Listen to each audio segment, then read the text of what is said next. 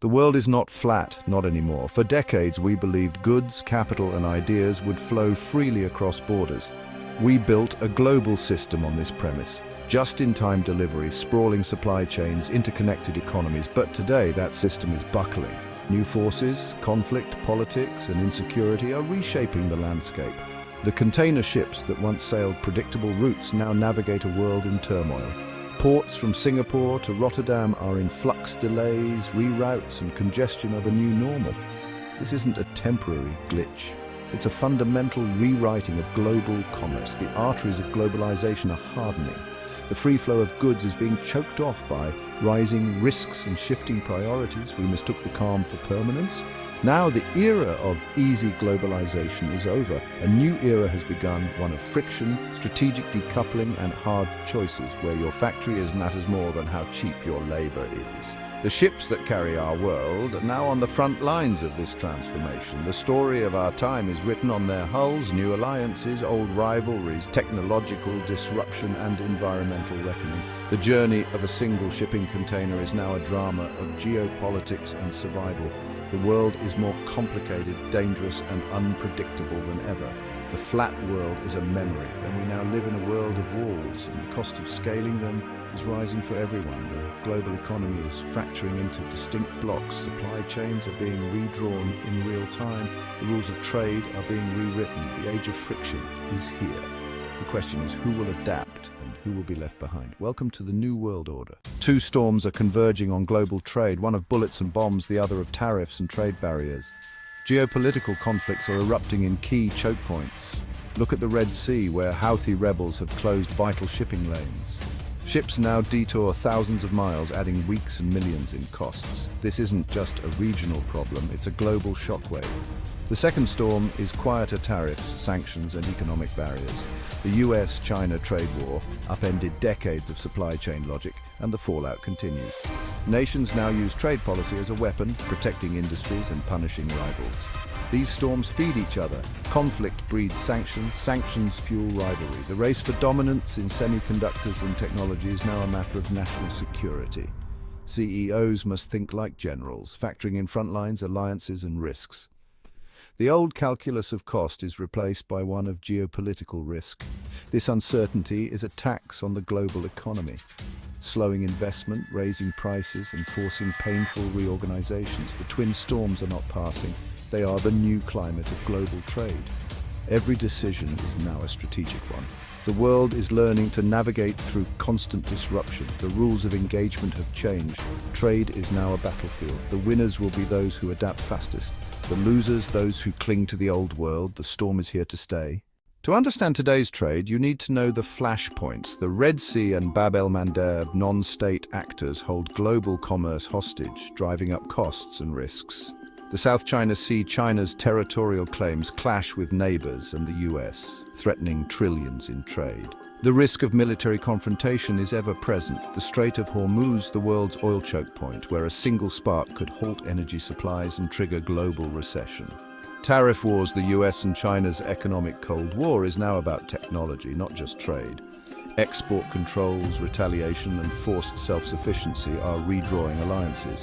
These flashpoints force countries and companies to pick sides. The global map is being redrawn by conflict and competition. Every flashpoint is a test of resilience.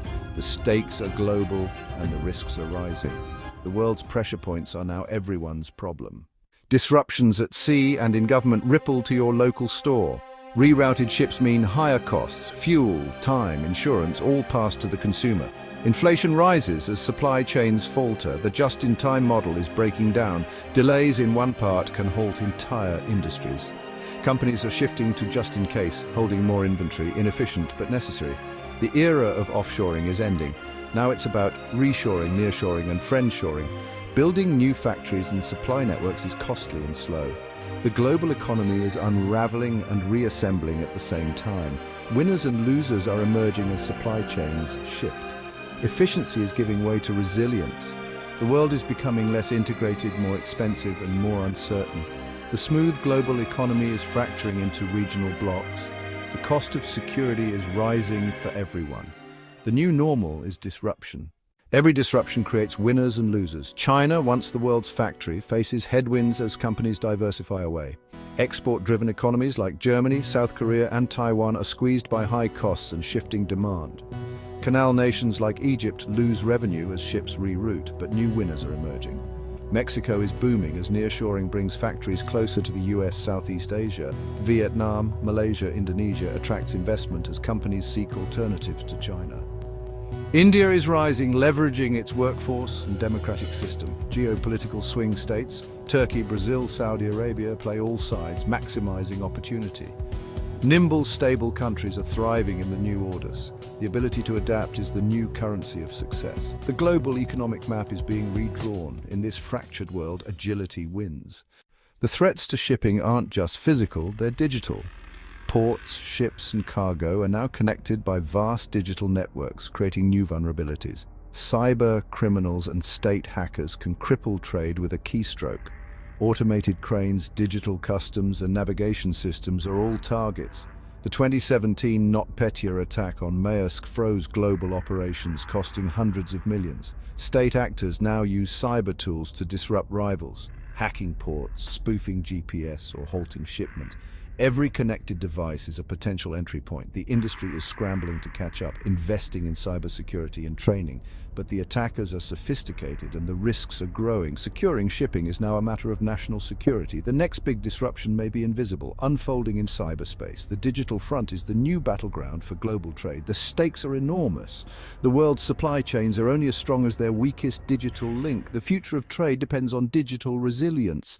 Climate change is quietly reshaping global trade. The Panama Canal, once a marvel, now faces drought-driven restrictions. Fewer ships, less cargo, longer waits.